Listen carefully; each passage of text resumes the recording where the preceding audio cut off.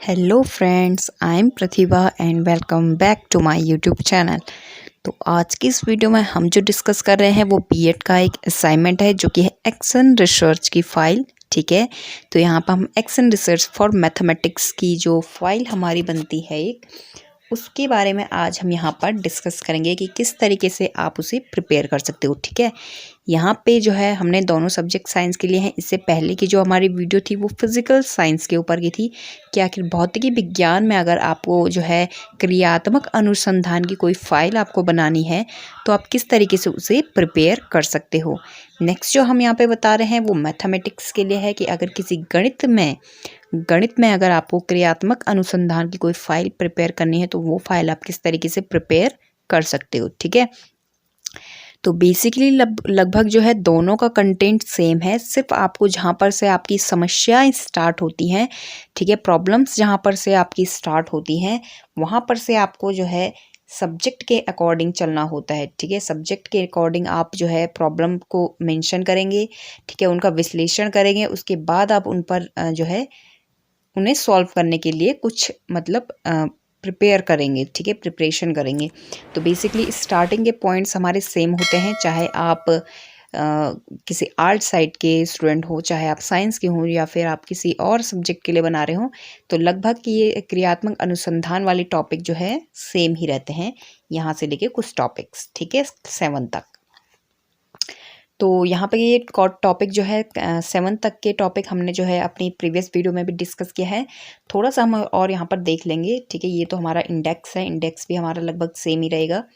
तो क्रियात्मक अनुसंधान एक्शन रिसर्च आपको इस तरीके से लिखना होता है। उसके बाद आपको थोड़ा उसकी डेफिनेशन देनी होती है कि आखिर क्रियात्मक अनुसंधान यानी कि जो हमारा एक्शन रिसर्च है वह प्रक्रिया है या वह एक प्रकार की जो प्रक्रिया है जिसके द्वारा व्यवहारिक परिवर्तन कार्यकर्ता द्वारा वैज्ञानिक ढंग से अपनी समस्याओं का अध्ययन, अपने निर्णय और क्रियाओं का निर्देशन, सुधार, मूल्यांकन करते हैं। इससे स्पष्ट है कि क्रियात्मक अनुसंधान वास्तविक क्रिया में सुधार लाने का एक सफल प्रयास है। ठीक है, तो बेसिकली यहाँ पे की जो ये लाइन है ये लगभग सबसे ज़्यादा इम्पॉर्टेंट है कि क्रियात्मक अनुसंधान यानी कि जो एक्शन रिसर्च है वो वास्तविक क्रिया में सुधार लाने का एक सफल प्रयास यहाँ पर है। इसके बाद इसके जो अर्थ को हम यहाँ पे देखेंगे कि इसका अर्थ क्या होता है कि मतलब शिक्षा का लक्ष्य बालकों के व्यवहार में विकास तथा परिवर्तन लाना है। शिक्षण कार्य द्वारा इन लक्ष्यों की प्राप्ति की जाती है। इसी प्रकार के सभी अनुसंधान समय केंद्रित होते हैं। क्रियात्मक अनुसंधान का अर्थ विद्यालय से संबंधित समस्याओं पर वैज्ञानिक ढंग से अध्ययन कर सुधार करना है। तो बेसिकली हमने यहाँ पे क्रियात्मक अनुसंधान का अर्थ हमने बताया है। परिभाषाएं भी हमने बिल्कुल सेम लिखी है। जिस किसी ने हमारा इससे पहले का वीडियो नहीं देखा है, मैं जो है इसका लिंक जो है इन द डिस्क्रिप्शन बॉक्स में डाल दूंगी, या फिर मैं जो है यहाँ पर आइकन इसे सेट कर दूंगी। ठीक है, जो भी हमारा action research for physical science के लिए है, तो ये लगभग रिलेटेड सारे के सारे सोपान वगैरह ये सब उसी में भी बिल्कुल सेम थे। ठीक है, तो ये चीज़ तो हमने सिर्फ क्रियात्मक अनुसंधान को बता रहे हैं, तो इसलिए हमने इसे डिफाइन किया है। हमारा जो मेन टॉपिक होता है वो 9th पेज से 8th पेज से स्टार्ट होता है। यहाँ पे आप देख सकते हैं क्रियात्मक अनुसंधान योजना प्रारूप। ठीक है, तो यहाँ पे आपको प्रारूप बताना है कि किस चीज़ के लिए। सबसे पहले हम बता रहे हैं मैथमेटिक्स के लिए है ये, तो इसका योजना का प्रारूप हम किस तरीके से मेंशन करेंगे। ठीक है, योजना क्या है?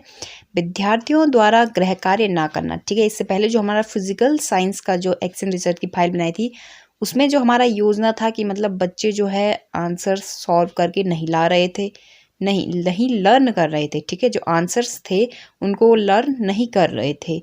अब जो हमारा मैथमेटिक्स का है, क्योंकि मैथमेटिक्स में कोई ऐसा लर्निंग प्रोसेस नहीं होता है, तो हमने यहाँ पे थोड़ा बहुत चेंज किया है आंसर्स को कि विद्यार्थियों द्वारा गृह कार्य ना करना। ठीक है, ये सब आप अपने अकॉर्डिंग ले सकते हो। जो भी आपको प्रॉब्लम जो है क्लास में जो है प्रॉब्लम आपको फेस होती है। ठीक है, विद्यालय का नाम आप यहाँ पे मेंशन करोगे।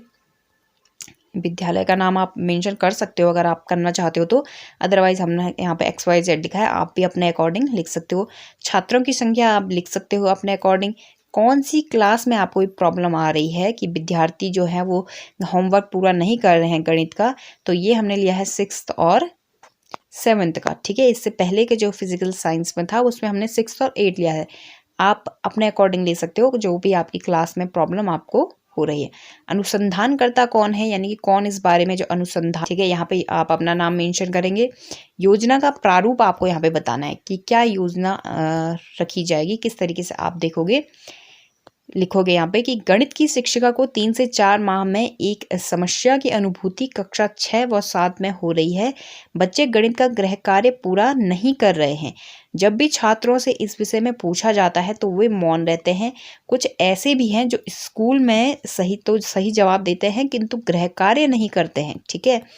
तो इसका परिणाम यह है कि शिक्षक इस बात को समझ नहीं पाते हैं कि छात्रों ने विषय वस्तु को कितना समझा है तथा वे समझाए हुई विषय वस्तु के प्रश्न उत्तरों को कहाँ तक हल कर पा रहे हैं, ठीक है। तो इस तरीके से आपको थोड़ा सा उसके बारे में बताना है कि बेसिकली क्या चीज़, किस चीज़ की समस्या आ रही है और क्या चीज़ हो रही है उस वजह से। उसके बाद है क्रियात्मक अनुसंधान के उद्देश्यों की हम बात करेंगे। तो पहला इसमें उद्देश्य है कि छात्रों में प्रश्नोत्तर हल करने की प्रवृत्ति को विकसित करना, ठीक है। छात्रों में प्रश्न के उत्तर जो है उसको हल करने की जो एक प्रवृत्ति होती है उसको विकसित करना, ये हमारा उद्देश्य है। सेकंड उद्देश्य यहाँ पे है विद्यार्थियों को अनुभव कराना कि प्रश्न उत्तर हल करने में का कितना महत्व है, ठीक है। थर्ड इसमें है इस समस्या के समाधान के लिए शिक्षण को प्रभावशाली बनाना। नेक्स्ट जो फोर्थ उद्देश्य हमारा है वो है छात्रों में घर पर गृह कार्य करने के साथ उसे 2-3 बार दोहराने की आदत को विकसित करना, ठीक है। नेक्स्ट जो पॉइंट हमारा उद्देश्य है वो है छात्रों की इस समस्या से उनके अभिभावकों को अवगत कराना, मतलब थोड़ा बहुत उनके पेरेंट्स को भी बताना कि इस तरीके की समस्या बच्चों के साथ आ रही है, ठीक है। तो ताकि अगर कोई फैमिली से रिलेटेड कोई प्रॉब्लम है तो उस चीज़ को भी सॉल्व वहाँ पर करा जाए। 6 पॉइंट हमने यहाँ पर एक और पॉइंट लिया है कि अभिभावकों को घर पर अपने बच्चों की तरफ ध्यान देने के लिए कहना ताकि बच्चों को समझ में आए, ठीक है। अब यहाँ पे समस्या को देख लेते हैं कि समस्या का क्षेत्र क्या है। समस्या का क्षेत्र जो है वह है कक्षा शिक्षण को प्रभावशाली बनाना। सेकंड इसका क्षेत्र है समस्या का विशिष्ट रूप क्या है कि कक्षा 6 तथा 7 के विद्यार्थियों का गणित शिक्षक द्वारा दिए गए गृह कार्य को पूरा न करना। समस्या का प्रमाण क्या है कि स्कूल में उसी प्रकार के प्रश्नों को समझाने के बावजूद बच्चों का गृह कार्य पूरा ना करना। सेकंड इसमें है प्रश्न उत्तरों के प्रति अरुचि रखना। थर्ड इसमें है अभिभावकों द्वारा सूचना प्राप्त की गई है कि बच्चे घर पर गृह कार्य नहीं करते हैं, ठीक है। जो पेरेंट्स हैं वो भी इस बात की सूचना जो है दे चुके हैं कि बच्चे जो है होमवर्क नहीं बता ही नहीं रहे हैं बच्चे अपने घर में कि हमें किसी इस सब्जेक्ट में कोई होमवर्क भी दिया गया है, ठीक है। और जो नेक्स्ट पॉइंट, लास्ट पॉइंट हमने यहाँ पे लिया है वो है बालकों को किताब से समझ में नहीं आता है। नेक्स्ट है इसमें समस्या के कारणों का विश्लेषण की किस तरीके से हम इसका विश्लेषण करेंगे। तो इसमें फर्स्ट हमने लिया है कि विद्यार्थी की प्रश्नों को समझाने में अरुचि होना। सेकंड इसमें है कक्ष में बताए गए प्रश्नों को समझ में ना आना। थर्ड है उचित वातावरण उपलब्ध ना होना, क्योंकि बेसिकली एक अच्छा एनवायरनमेंट भी बहुत ज़रूरी होता है अच्छी शिक्षा के लिए, ठीक है। तो अगर स्कूल किसी ऐसी जगह पे है जहाँ पे बच्चों का ध्यान नहीं लग पा रहा है, शोरगुल में है या फिर साफ़ सफाई वहाँ नहीं है, तो इस वजह से भी जो है बच्चे जो है ठीक से पढ़ नहीं पाते हैं। छात्रों की आलसी रहने की आदत, ये भी एक समस्या का कारण हो सकता है। नेक्स्ट है छात्रों को घर पर पढ़ने की उत्सुकता ना देना। फिर है छात्रों का घर के कार्यों में व्यस्त रहना। नेक्स्ट है अत्यधिक प्रश्नों का गृह कार्य में होना, ठीक है, क्योंकि जो है उनके लेवल के अकॉर्डिंग उनको गृह कार्य मिलना चाहिए। ऐसा नहीं कि आपने जो है छोटे बच्चों को 10-10 क्वेश्चन घर के लिए दे दिए तो तब भी वे नहीं करते हैं। नेक्स्ट पॉइंट है छात्रों को किसी ऐसी बात से परेशान होना जो उनके मानसिक स्तर को नुकसान पहुंचाती हो। उसके बाद है छात्रों में आत्मविश्वास की कमी होना। फिर है छात्रों का किसी से डरना जिससे वे कक्षा में ध्यान नहीं लगा पा रहे हैं। नेक्स्ट पॉइंट इसमें है कि छात्रों का किसी गलत संगति में पढ़ना। उसके बाद है छात्रों का अध्यापक से अधिक डरना, ठीक है। बेसिकली ऐसा भी हो सकता है कि किसी और स्टूडेंट से डर रहे हों या फिर ऐसा भी हो सकता है कि वो टीचर से डर रहे हों, ठीक है। और इसमें एक लास्ट पॉइंट है जो कि बहुत ही ज़्यादा आजकल के स्टूडेंट के लिए काफ़ी ज़्यादा इंपॉर्टेंट है, ठीक है, कि छात्रों का अधिक निर्भय रहना जिस कारण उन्हें किसी का भी डर नहीं है, ठीक है। ये भी एक बहुत बड़ा कारण हो सकता है कि उन्हें किसी का भी डर नहीं है कि मतलब हम डांट खाएंगे या मार खाएंगे या फिर क्या हो जाएगा, तो इस वजह से भी वह होमवर्क कई बच्चे नहीं करते हैं। क्रियात्मक उपकल्पनाओं में क्या है, सबसे पहले इसे समझ लेंगे कि आखिर क्रियात्मक उपकल्पनाएं क्या होती हैं। तो किसी समस्या का पता चलने पर उसे हटाने या कम करने के लिए की गई जो भी कल्पनाएं हम करते हैं, ठीक है, कल्पनाएं जो भी हम सोचते हैं कि हम किसी एक पर्टिकुलर प्रॉब्लम को हम किस तरीके से सॉल्व कर पाएंगे, जब भी हम इस तरीके से कल्पनाएं करते हैं उस बारे में, ठीक है, हम 3-4 चीज़ों के बारे में सोच सकते हैं किसी एक पर्टिकुलर प्रॉब्लम को सॉल्व करने के लिए, तो वो होती है हमारी क्रियात्मक उपकल्पनाएं। इस बारे में भी हमने डिस्कस कर लिया था अपने जो है प्रीवियस उसमें, ठीक है, तो ये तो ऐसे ही रहेगा। तो नेक्स्ट जो हम अब देखेंगे वो है परिकल्पना यानी कि उपकल्पना संख्या 1 का क्रियान्वयन, ठीक है। मतलब संख्या 1 में जो हमने लिया था, जो हमने यहाँ पर लिया था, बेसिकली यहाँ पर जो फर्स्ट हमारा था कि छात्रों को उनके स्तर के अनुसार उत्तर कराने चाहिए ताकि वे उन्हें हल कर सकें, ठीक है। तो उसका क्रियान्वयन हम यहाँ पर करेंगे कि किस तरीके से हम इस समस्या को सॉल्व कर सकते हैं, ठीक है। तो इसमें क्रम संख्या आपको यहाँ पे टेबल एक दिख रही होगी, इसी तरीके से आपको बनानी होती है, क्रम संख्या आपको डालनी होती है, क्रियाएं जो प्रारंभ करनी है, ठीक है, मतलब ऐसी क्रियाएं जो आपको प्रारंभ करनी है किसी भी समस्या को सॉल्व करने के लिए, उसकी विधि या तरीका कौन सा हो सकता है और कौन से साधन आप यहाँ पर यूज करोगे, ठीक है। फर्स्ट इसमें है यह पता लगाया जाए कि विद्यार्थी एक सप्ताह में कितने विषयों के प्रश्न उत्तरों को हल करके नहीं लाते हैं, ठीक है। ऐसे कितने सब्जेक्ट हैं जिनका जो है होमवर्क को नहीं करके ला रहे हैं।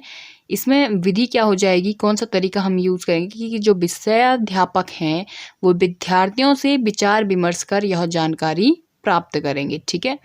साधन क्या है कि रजिस्टर में इस चीज़ के लिए एक लिखित कार्य किया जाएगा। उसके बाद है समझ ना आने वाले प्रश्नों पर कक्षा में विचार विमर्श किया जाए, जिससे क्या होगा, जिन प्रश्नों को समझने में कठिनाई हो रही है उन्हें हल कराया जाएगा। और उसमें जो साधन है वो क्या है, शिक्षण विधियों को बदलकर समझाया जाए। थर्ड पॉइंट इसमें है कि छात्रों के अभिभावकों को शिक्षा संबंधी गतिविधियों पर ध्यान देने के लिए कहें। विधि हो जाएगी यहाँ पे अभिभावकों को विद्यालय में बुलाया जाए या व्यक्तिगत रूप से उन्हें पूछा जाए। और जो साधन इसमें है लिखित सूचना डायरी में स्कूल द्वारा यहाँ पर दी जाए। फोर्थ यहाँ पे पॉइंट है प्रयत्न न करने वाले छात्रों को दंडित किया जाए ताकि वे प्रश्न उत्तर याद कर सके या फिर प्रश्न उत्तर वो हल कर सके। यहाँ पे कौन सा तरीका यूज करेंगे कि जो विषयाध्यापक है द्वारा यह कार्य कक्षा में ही पूर्ण किया जाए, ठीक है। जो भी उन्हें दंडित देने का कार्य है वो सिर्फ कक्षा में ही वो पूर्ण करेंगे। परिस्थिति देखकर कार्य को संपन्न करना, ठीक है, ये एक साधन है। नेक्स्ट है यहाँ पे परिकल्पना उपकल्पना संख्या 2 का क्रियान्वयन। तो 2 क्या था हमारा वो हम देख लेते हैं कि छात्रों को अनुभव कराना कि लिखित व मौखिक टेस्ट के कुछ अंक परीक्षाओं में जुड़ते हैं ताकि वे प्रश्न उत्तरों को हल कर सकें, ठीक है। तो इसमें भी टेबल बिल्कुल सेम बनेगी। तो इसमें फर्स्ट हम क्या लेंगे कि प्रश्न उत्तर की मात्रा सीमित व स्तरानुसार हो, ठीक है। विद्यार्थियों के विचार विमर्श इस बारे में किया जाएगा और इसका लिखित प्रारूप रखा जाएगा। सेकेंड इसमें है प्रश्नों के उत्तर देने के लिए एक समय तालिका का निर्माण करना चाहिए ताकि पता चले कि कितने समय में जो है बच्चे जो है उत्तर दे पा रहे हैं। विषयाध्यापक द्वारा समय तालिका बनाई जाएगी, यहाँ पे समय तालिका का निर्माण यहाँ पर किया जाएगा। थर्ड इसमें है छात्रों को प्राथमिकता के आधार पर रखा जाए, अंकों को प्राथमिकता के आधार पर रखा जाए, ठीक है। कौन सा प्रश्न कितने अंकों का हो सकता है ये चीज़ यहाँ पर देखी जाएगी। विधि क्या होगी, यहाँ पे सभी विषयाध्यापक प्रधानाचार्य से यहाँ पर राय लेंगे और यहाँ पे साधन जो यूज हो रहा है वो है राय लेने का। फोर्थ पॉइंट यहाँ पे है छात्रों को अंक प्रदान करने से पूर्व सभी सूचना यहाँ पर बताई जाए। और विधि है यहाँ पर विषयाध्यापक स्वयं ही अपनी कक्षा में यह कार्य करेंगे और लिखित और मौखिक सूचना इसमें देनी आवश्यक है। नेक्स्ट इसमें पॉइंट है दिए गए अंकों का विवरण रखा जाए ताकि कमजोर छात्रों की समस्या दूर की जा सके। विधि यहाँ पे है विषयाध्यापक अपनी कक्षा में इस प्रोसेस को करेंगे और फिर अंकों का जो वितरण है वो लिखित रूप में रखा जाएगा। और जो लास्ट पॉइंट इसमें हमने लिया है कि प्राप्त अंकों को परीक्षा फल में जोड़कर तैयार किया जाए ताकि परिमाण को सामूहिक रूप से सुनाया जाए। प्रधानाचार्य व सभी शिक्षक इस कार्य को करेंगे, परीक्षा फल तैयार करना तथा परीक्षा परिणाम देना, ये यहाँ पर साधन है। थर्ड जो हमारी परिकल्पना या उपकल्पना संख्या थर्ड है उसका क्रियान्वयन में, इसमें फर्स्ट क्या पॉइंट है कि शिक्षण के तरीकों में परिवर्तन कर प्रश्नों को समझाने की कोशिश करना। ठीक है, कुछ मतलब चेंजेस लाने अपने मेथड में, जिस तरह से आप टीचिंग करते हो उसमें थोड़ा चेंजेस लाना और उस तरीके से बच्चों को क्वेश्चन समझाने की कोशिश करना। विधि इसमें है सभी अध्यापकों से विचार करना, ठीक है, कि कौन कौन से ऐसे न्यू मेथड हो सकते हैं और नए तरीके यहाँ पे ढूंढना उसका एक साधन है। नेक्स्ट इसमें पॉइंट है शिक्षण कार्य के बीच बीच में उनके दैनिक जीवन से जुड़े उदाहरण देते रहना ताकि कक्षा उबाऊ भी ना हो और बच्चों को अधिक से समझ में आए। इसमें है कि कक्षा को रुचिकर बनाने का प्रयास करना, कक्षा शिक्षण में बदलाव करना। ठीक है, और जो फोर्थ हमने पॉइंट लिया था क्रियान्वयन में, तो वो है उसका क्रियान्वयन हम कैसे करेंगे। इसमें जो फर्स्ट है वो है जिन विद्यार्थियों में सुधार लगे उन्हें प्रोत्साहित करना। ठीक है, सुधार वाले छात्रों की तारीफ करना या फिर आप उन्हें कोई प्राइज़ भी दे सकते हो, उन्हें किसी प्रकार से सम्मानित भी कर सकते हो और यहाँ पे प्रोत्साहित उन्हें करें, ये एक साधन है। सेकंड पॉइंट इसमें है उनकी अन्य रुचियों को बढ़ावा देना ताकि हर विद्यार्थियों के अंदर जो है एक आत्मविश्वास यानी उनके अंदर एक सेल्फ कॉन्फिडेंस की उनके अंदर जो है आए। ठीक है, बढ़े उनका सेल्फ कॉन्फिडेंस। तो इसमें जो विधि है वो है अन्य रुचियों को ढूंढना। ठीक है, उनके अंदर की बच्चों के अंदर की और कौन कौन सी उनके अंदर क्रिएटिविटी है उसको ढूंढना। साधन यहाँ पे है आत्मविश्वास को बढ़ाना। ओके, तो इसके बाद आता है हमारा निष्कर्ष और संदर्भ ग्रंथ सूची। तो यहाँ पर जब भी हमारा निष्कर्ष और संदर्भ ग्रंथ सूची आता है तो जाहिर सी बात है हमारा असाइनमेंट जो है कंप्लीट होने वाला है। तो यहाँ पे निष्कर्ष, तो क्रियात्मक अनुसंधान का अर्थ विद्यालय से संबंधित समस्या, वैसे ही निष्कर्ष और संदर्भ ग्रंथ सूची ये दोनों की दोनों जो है मेरी प्रीवियस वीडियो में भी बिल्कुल सेम है। ठीक है, आपको अगर कहीं पे साइंस लिखा होगा तो वहाँ पे आपको मैथ्स करना है, मतलब जिस भी सब्जेक्ट के बारे में आप लिखना चाह रहे हो। ठीक है, बाकी और सारा प्रोसेस आपका सेम रहता है। तो आई होप कि आपको हमारा वीडियो पसंद आया होगा। अगर आपको हमारा वीडियो पसंद आया तो गाइस वीडियो को लाइक करें, शेयर करें, चैनल को जरूर सब्सक्राइब करते रहें। Thank you.